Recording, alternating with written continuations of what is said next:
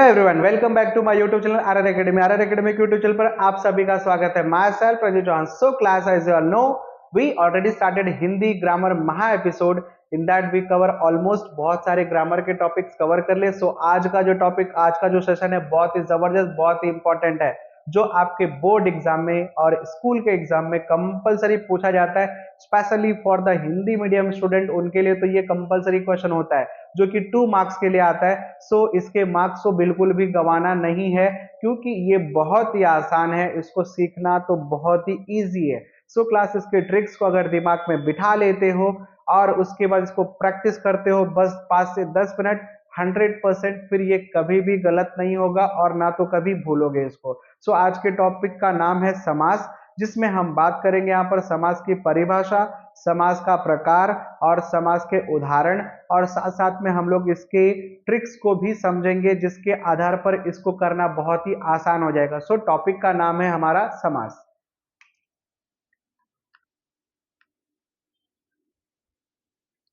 परिभाषा इसकी है, दो या दो से अधिक परस्पर संबंध दर्शाने वाले शब्द अथवा कारक चिन्ह का लोप होने से निर्मित होने वाले नए शब्द को समास कहते हैं। यानी यहां पर कहना क्या चाहता है कि दो या दो से अधिक परस्पर संबंध दर्शाने वाले एक ऐसा शब्द होगा जिसमें दो से ज्यादा शब्द या दो शब्द मिले होंगे, और इन दोनों शब्दों का संबंध जो होगा वो किसी न किसी कारक चिन्ह के द्वारा दर्शाया जाता होगा, और ये कारक चिन्ह के लगाने से यहाँ पर एक नया शब्द का निर्माण होगा, जिसका नाम समास कहा जाएगा। ठीक है, जैसे कि उदाहरण में अगर मैं आपके सामने रखूं, तो यहां पर उदाहरण में वो दिया हुआ है दया सागर। ठीक है, दया सागर। अब ये जो सामासिक शब्द है, इसमें दो शब्द हैं, दो अलग अलग शब्द है। ठीक है, एक है दया और दूसरा है सागर। मैंने बोला इनके बीच में परस्पर संबंध दर्शाने के लिए कारक चिन्ह का इस्तेमाल होगा। अब जब कारक चिन्ह मैंने आपको अपने एपिसोड नंबर 1 में बताया था, जिसमें पूरा अच्छी तरह से डिटेल में मैंने कारक और कारक चिन्ह, विभक्ति, ये सब बताए हुए हैं। ठीक है, तो उसमें आप लोग अच्छी तरह से देखोगे तो आपको समझ में आ जाएगा। यहाँ पर हम बात करेंगे का, यानी दया का सागर, तो इससे मिलकर के जो बना है वो क्या है, दया सागर। ठीक है, तो दो भिन्न शब्द, दो अलग अलग शब्द जो एक दूसरे से परस्पर संबंध दर्शाते हैं, और इनको जोड़ने के लिए उनके बीच में किसका लोप हो रहा है, कारक चिन्ह का। कारक चिन्ह यहाँ पर कौन है, का है। ठीक है, तो इसके द्वारा निर्मित जो नया शब्द है उसका नाम क्या है, दया सागर। तो ये शब्द जो है वो क्या है, एक सामासिक शब्द है। सो आप लोग को समझ में आया होगा कि यहाँ पर परिभाषा क्या है उसकी। ठीक है, अब मैं बात करता हूं यहाँ पर कारक के प्रकार, यानी समास के प्रकार की। ठीक है, दूसरा पॉइंट हमारा है प्रकार। तो सबसे पहला प्रकार जो हम लोग यहाँ पर उठाएंगे वो होगा हमारा यहाँ पर द्वंद्व समास।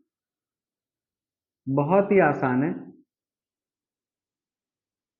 अब द्वंद्व समास यानी जिस शब्द में, ठीक है, यानी हर बार आप देखोगे समास में दो पद होंगे। जैसे कि यहां पर देखो, सबसे पहले जो आगे था उसका नाम था पहला पद। ठीक है, और ये जो है दूसरा पद। तो इस तरीके से दो पद होते हैं। ठीक है, तो यहां पर दोनों पद क्या होंगे, प्रधान होंगे। जिस शब्द में दोनों पद प्रधान हो। ठीक है, दोनों पद क्या हो, प्रधान हो। और दोनों का स्वतंत्र अर्थ हो, यानी दोनों की मतलब दोनों की मीनिंग बनती हो, तथा दोनों के अर्थ स्वतंत्र हो।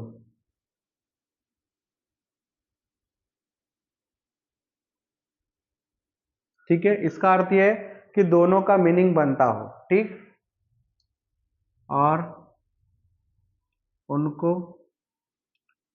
किसी योजक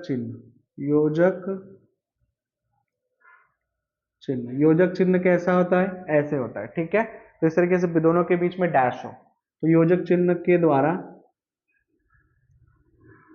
जोड़ा गया हो। ठीक है, तो वो क्या माना जाएगा, द्वंद्व समास। अब इस तरीके से ये तो हुई इसकी परिभाषा, लेकिन अपने को परिभाषा से कोई मतलब नहीं है, आपको खाली दिमाग में रखना उसके ट्रिक्स को। तो ट्रिक्स यहाँ पर क्या है, तो ट्रिक्स यहाँ पर ये है, सबसे पहले तो पहचान इनके बीच में क्या, यानी दोनों शब्दों के बीच क्या देखने को मिलेगा, तो इस तरीके से चिन्ह होगा। ठीक है, और दूसरी बात आपको ध्यान में क्या रखना है कि जब विग्रह करोगे तो आपको और इस शब्द का इस्तेमाल करना है। विग्रह के लिए और शब्द लिखें। ठीक है, बस ये दो बातें आपको दिमाग में रखनी है कि पहचान क्या है कि उनके बीच में क्या होगा, योजक चिन्ह होगा, यानी इस तरीके का डैश होगा, और जब आप इसको विग्रह करोगे, अलग अलग करोगे, तो अब अलग करते समय आपको दोनों के बीच में क्या लिख देना है, और लिख देना है, यानी आपको इस योजक चिन्ह को हटाना, उसकी जगह क्या लगा देना है, और लगा देना, बस हो गया आपका कौन सा समास, द्वंद्व समास। जैसे उदाहरण को समझते हैं, उदाहरण में देखो आपको यहाँ पर दिखाई दे रहा है, पहला नंबर उदाहरण, माता पिता। ठीक है, दोनों के बीच में योजक चिन्ह दिखाई दे रहा है, हाँ सर दिखाई दे रहा है, तो एकदम आसान, पहचान गए कि कौन समास है, द्वंद्व समास है। तो यहाँ पर विग्रह कैसे करोगे, तो मैंने बोला योजक चिन्ह को हटाओ और क्या लगाओ, और लगाओ। तो यहाँ पर क्या करना है आपको, माता और, ठीक है, पिता, समास कौन सा, द्वंद्व समास। ठीक है, एकदम आसान। अब मैं बात करूं दूसरा, देखिए भाई बहन, दोनों के बीच में क्या है, योजक चिन्ह है, यहां पर क्या लगाओगे, भाई, और योजक चिन्ह को हटा के उसकी जगह क्या लगाना है, और बहन, समास कौन सा होगा, दोनों समास। ठीक है, अब इसी तरीके तीसरा देखो आप, पाप पुण्य दिखाई दे रहा है, तो लिखो पाप और पुण्य, एकदम आसान। ठीक, समास कौन सा, दोनों समास। तो इस तरीके से आपको जो मैंने तीन एग्जांपल बताए, आपको चौथा ओरली बोल रहा हूँ, घर और द्वार दोनों के बीच में क्या दिखाई दे रहा है, डैश है, तो वो डैश को हटाना, उसकी जगह और लगा दो, सिंपल। तो इस तरीके से अगर आपको योजक चिन्ह दिख जाए तो समझ जाना कि वो कौन समास है, द्वंद्व समास है, और उनको अलग करने के लिए, उनको विग्रह करने के लिए आपको योजक चिन्ह हटाना, उसकी जगह क्या लगा देना है, और लगा देना है। बस इस तरीके से आपका इसका आंसर होगा, बहुत ही आसान तरीके से आपको समझ जाएगा। तो ये दोनों आपको करने हैं। ठीक है, इसका आंसर आपको कमेंट करना है। अब नेक्स्ट की बात करता हूं मैं, नेक्स्ट जो है दूसरा जो प्रकार है इसका, ठीक है, पहला प्रकार तो हमने देख लिया, द्वंद्व समास है। दूसरा जो प्रकार है इसका द्विगु समास है। क्या है, द्विगु समास।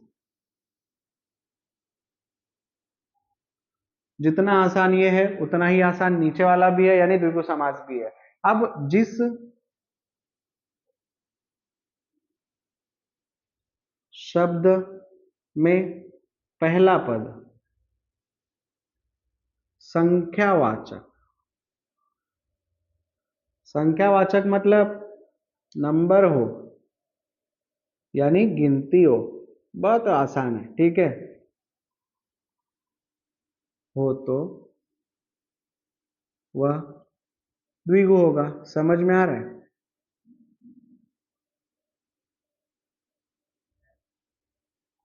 और अब इसके ट्रिक्स में क्या दिमाग में रखना है आपको, तो ट्रिक्स में आपको यही दिमाग में रखना है, सबसे पहले तो पहला पद जो होगा वो क्या रहेगा, संख्यावाचक। ठीक है, और दूसरी बात आपको क्या दिमाग में रखना है, जब आप विग्रह करोगे तो विग्रह करते समय आपको इसके अंतिम में, विग्रह करते समय अंतिम में समूह, ठीक है, शब्द लिखें। तो इस तरीके से बहुत ही आसान है। जैसे इसमें और लिखते थे, इसमें अंत में क्या लिखना है आपको, समूह लिखना है। जैसे अभी उदाहरण करके दिखाऊंगा तो आपको समझ में आ जाएगा। इसमें पहला पद क्या होना चाहिए, प्रधान, यानी संख्यावाचक होना चाहिए, ठीक है, संख्या होनी चाहिए। और दूसरा मैंने क्या बोला यहाँ पर, कि विग्रह करते समय अंतिम में क्या लिखना है आपको, समूह लिखना है। अब कुछ बातों को और दिमाग में रख लो, जैसे कि यहाँ पर अगर त्रि दिख जाए तो त्रि का अर्थ होता है तीन, ठीक है। दूसरा पंज दिख जाए तो समझना पांच, नौ दिख जाए, ठीक है, तो समझ आना कि नौ है, नाइन, ठीक। उसके बाद अगर आप देखोगे यहां पर चौ दिख जाए तो समझना चार, सप्त दिख जाए, स दिख जाए, ठीक, सप्त बोलते हैं तो समझना सात। तो इस तरीके से समझना सात। तो इस तरीके से कुछ क्लूज मैंने दे दिए हैं आपको, जो कॉमन है, अक्सर बार बार देखने को मिलते हैं, बस इसी आधार पर आपको समझना है, ठीक है। जैसे पहला उदाहरण आप देखो, यहाँ पर क्या दिख रहा है, त्रिदल। तो त्रि का अर्थ मैंने क्या बताया, तीन, और पीछे क्या है, दल, तो तीन दलों का समूह, ठीक है, सिंपल एकदम, तीन दलों का समूह, ठीक। मैंने जैसे बताया अंतिम में क्या होना चाहिए, समूह होना चाहिए। और त्रि का मतलब तीन, और पीछे क्या था, दल, तो तीन दलों का समूह। समास क्या होगा यहाँ पर, द्विगु समास, ठीक है। कौन सा समास, द्विगु समास। तो होप सो आपको समझ में आता होगा। पंचार यानी पंचार्थी, मतलब पंच मतलब बताया मैंने पांच, यानी यहाँ पर क्या होगा, पांच आरतियों का समूह।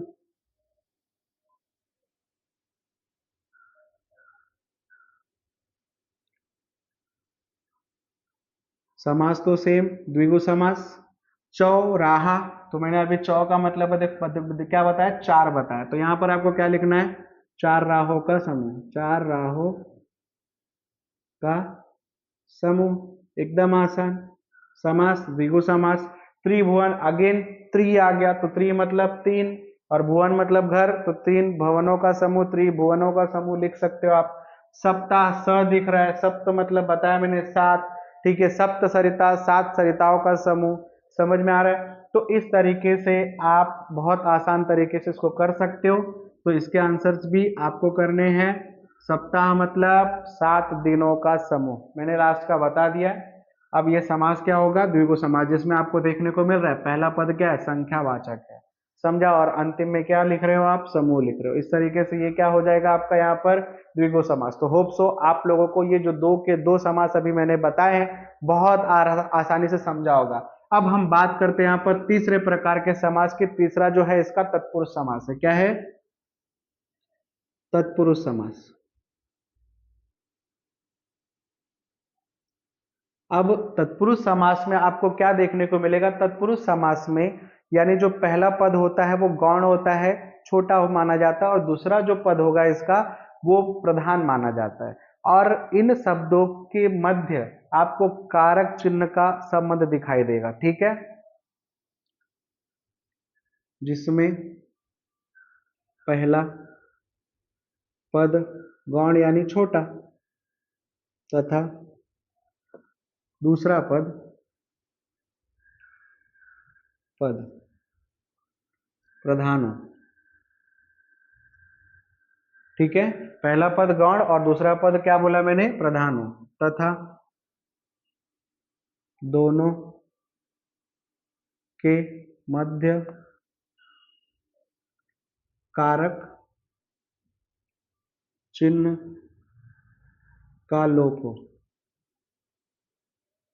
जैसे आपको ट्रिक्स में क्या देखने को मिलेगा,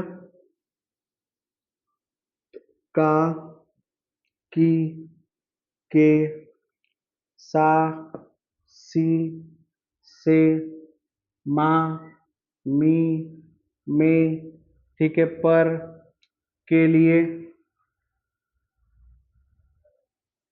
तो इस तरीके से आप लोगों को, यानी दोनों के मध्य जब आप शब्दों को विग्रह करोगे तो उसके मध्य आपको ये देखने को मिलेंगे। ठीक है, तो जब आप किसी चीजों को विग्रह कर रहे हो और विग्रह करने के बाद अगर ये शब्द प्रॉपर बैठ रहे हो इसके अंदर, तो इस तरीके से समझना कि वो कौन सा समास होगा, आपका तत्पुरुष समास होगा।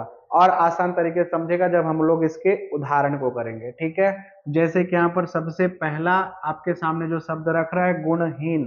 गुणहीन मतलब क्या समझते हो? गुण मतलब जिनके पास क्वालिटी, हीन मतलब नहीं होना, तो जिनके पास गुण नहीं होना। ठीक है, तो आप इसको कैसे बनाओगे? गुण से हीन। क्या रहेगा? गुण से हीन। ठीक है, गुण से हीन। तो आप यहाँ पर देखो तो आपको क्या देखने को मिल रहा है? आपको यहाँ पर बीच में देखो से देखने को मिल रहा है। ठीक है, तो इस तरीके से ये कौन सा समास? तत्पुरुष समास।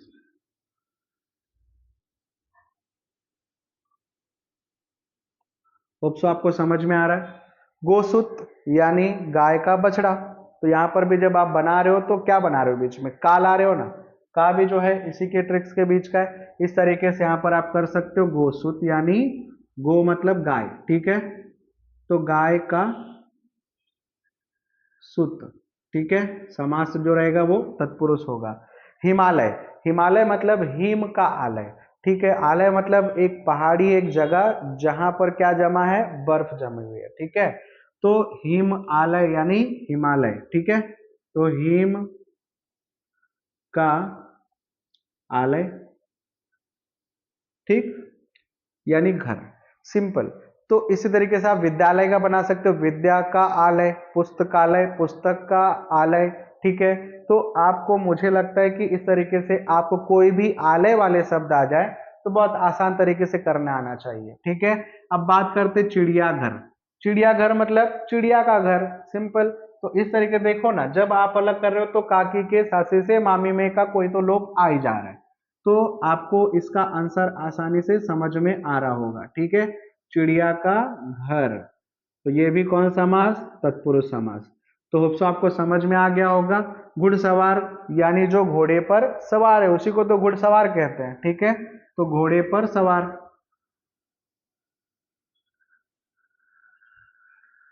ठीक है, तो ये भी तत्पुरुष समास माना जाएगा। अब लास्ट वाला आप लोग बताओगे। ठीक, तो इस तरीके से मुझे लगता है कि आपको तत्पुरुष समास जो तीसरा प्रकार था वो भी अच्छी तरह से समझ में आ गया होगा। अब हम बात करेंगे इसके चौथे प्रकार की, जिसका नाम है कर्मधारय। ठीक है,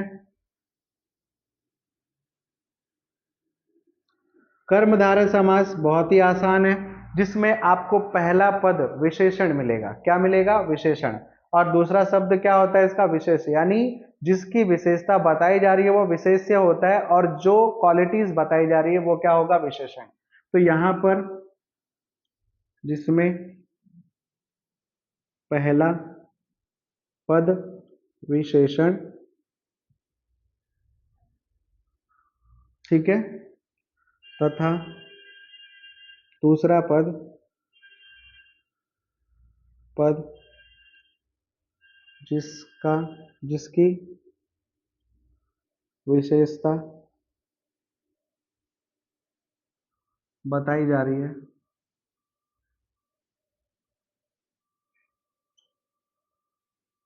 यानी विशेषता बताई जा रही है वह हो। ठीक है, तो यानी पहला पद विशेषण होगा और दूसरा पद जिसकी विशेषता बताई जा रही है वो शब्द होगा। ठीक है, तो इस तरीके से ये क्या माना जाएगा? कर्मधारय। इसका ट्रिक बहुत ही आसान है। किसको करना क्या है कि पहले तो इसकी क्वालिटीज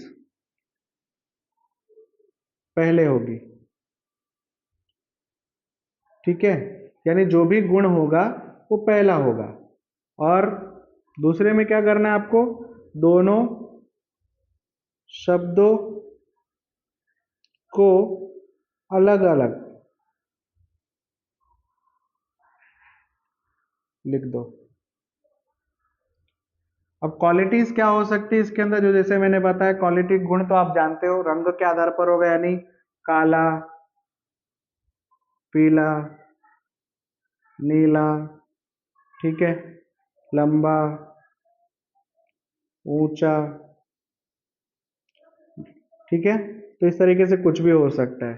तो यहाँ पर ये सब गुण होते हैं। तो यहाँ पर जो पहला पद रहेगा वो गुण होगा यानी क्वालिटीज होगी ऐसे ही कुछ, और उन दोनों शब्दों को क्या करना है, अलग अलग कर देना है। बहुत ही आसान है, अभी देखो आप लोगों को समझ में आ जाएगा। जैसे यहाँ पर लिखा हुआ है नील कमल, नील कमल मतलब नीला कमल, सिंपल है। तो आपको क्या करना है, यहाँ पर अलग अलग लिख देना है नीला कमल।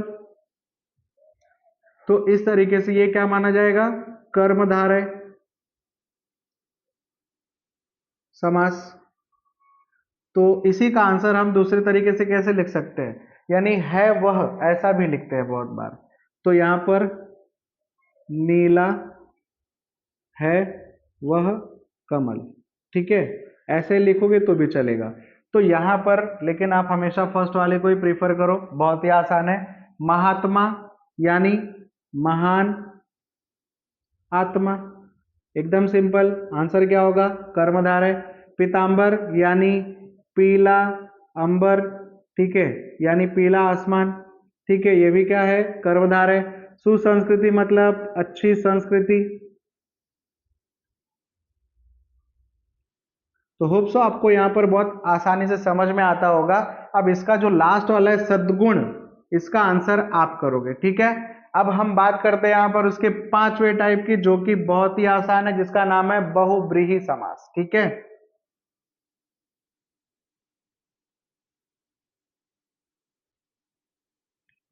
बहुब्रीहि समास। अब इसमें बहुत ही आसान पैटर्न है कि इसमें जो भी शब्द बेसिकली आते हैं इसके आंसर बनने के बाद, या तो वो किसी देवी देवताओं के नाम या तो कोई राक्षसों वगैरह के नाम दिखाई देते हैं, ठीक है। तो जिस शब्द में देवी देवता राक्षस, ठीक है, तो यहां पर देवी देवता राक्षस इत्यादि शब्द हो, ठीक है, यानी इस तरीके के कुछ शब्द आएंगे उसके अंदर। और इसका उत्तर करते समय आपको क्या ध्यान में रखना है, आपको विग्रह में क्या लिखना है, विग्रह में लिखना है जिसका है वह अर्थात। बस यही फर्क एक नजर आता है, जिसके आधार पर हम लोग इसको बहुब्रीहि कर देते हैं, कर्मधारय से थोड़ा सा अलग कर देते हैं, तो लिखने का पैटर्न खाली बदल जाता है। तो आपको क्या करना है, जिसका है वह अर्थात, अब जो है वो यहाँ पर नाम आ जाएंगे, ठीक है। जैसे अभी एक एग्जाम्पल करके देखते हैं, नीलकंठ। नीलकंठ मतलब, और इसमें एक चीज और ध्यान में रखना आपको कि इसमें भी क्या नजर आएगा, विशेषण का लोप होगा, ठीक है, ये पहला पॉइंट आपको दिमाग में रखना। तो दूसरा विशेषण का लोप होगा, यानी आपको विशेषण मालूम पड़ेगा, इसके अंदर किसी की विशेषता बताई जा रही है। जैसे कि यहाँ पर नीलकंठ है, तो नीला है कंठ जिसका वह, ठीक है, तो अर्थात।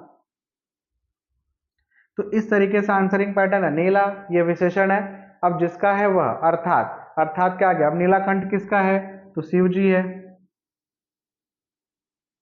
ठीक है, तो भगवान शंकर का ही कंठ जो है नीला है, तो यहां पर आ गया ना भगवान का नाम। तो इस तरह पीतांबर यानी पीला है वस्त्र जिसका वह, कौन है पीला वस्त्र वाला, अर्थात कौन है, विष्णु जी, ठीक है। विष्णु जी का जो वस्त्र है वो कैसा है, पीला कलर का है, सिंपल। लंबोदर यानी लंबा है उदर जिसका वह, कौन है लंबोदर, तो आप जानते हो, अर्थात श्री गणेश। तो होप सो आपको समझ में आता होगा। लास्ट का आंसर आप करोगे, जिसमें मैं बता दे रहा हूं आपको ऑलरेडी, गिरिधर यानी गिरि को धारण करने वाला, ठीक है, जिसने गिरि को धारण किया है, तो वो कौन है, तो भगवान श्री कृष्ण। तो आपको आंसर पता है, तो इस तरीके से देखने को मिलेगा। दस आनंद, दस आनंद मतलब दस है आनंद जिसके वह, या 10 है सिर जिसके वह, ठीक है। अष्टभुज 8 भुजाएं हैं जिसकी वह। तो इस तरीके से आपको इसके आंसर करने, बहुत ही आसान है, बहुब्रीहि समास आपको समझ में आ गया होगा। अब हम बात करते हैं छठवां नंबर, जिसका नाम है अव्ययी भाव समास।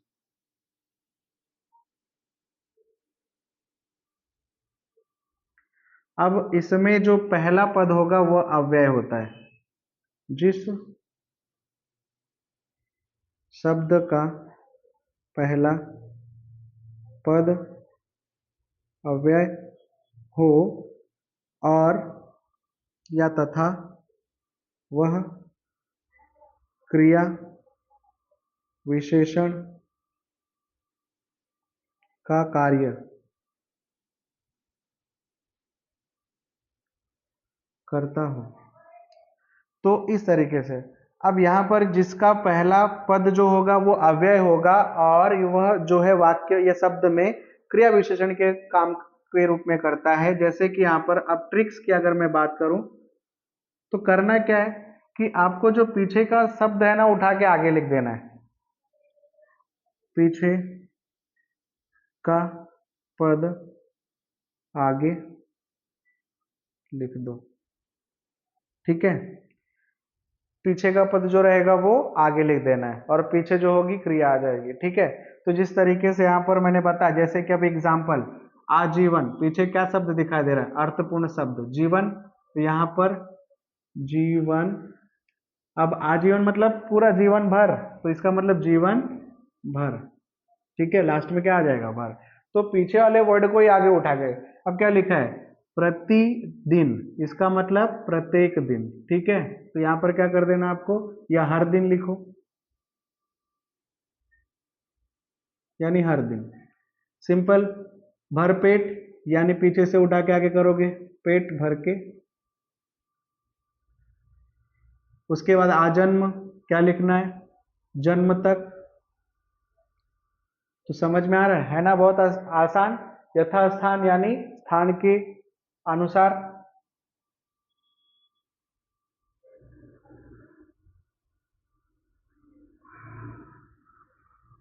तो इस तरीके से आप लोगों का 6 का जो 6 प्रकार था पूरा का पूरा फिनिश हुआ। इसके ट्रिक्स भी मैंने आपको बहुत अच्छी तरह से बताया, बस ट्रिक्स के बेस पर आपको उदाहरण ऐसे दिमाग में रखने। 100% आपका जो ये प्रॉब्लम है सॉल्व हो जाएगा और बहुत इजी तरीके से समझ में आ जाएगा। सो आज का सेशन यहीं पर फिनिश होता है। जय हिंद, जय भारत।